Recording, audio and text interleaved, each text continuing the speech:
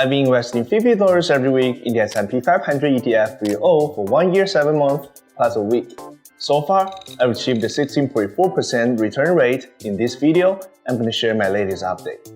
The S&P 500 experienced a 1.2% rally last week, marking another successful week for us. Yeah!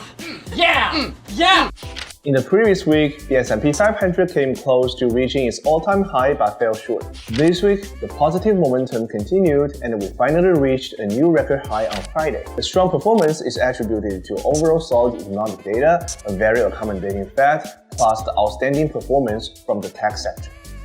Speaking of this week's investment, I bought $50 of VOO around 12 p.m. on Wednesday. We now have purchased a total of 10.9 shares with a market value of $48.31. This translates to a profit of $6.81 or rate of return of 16.4%.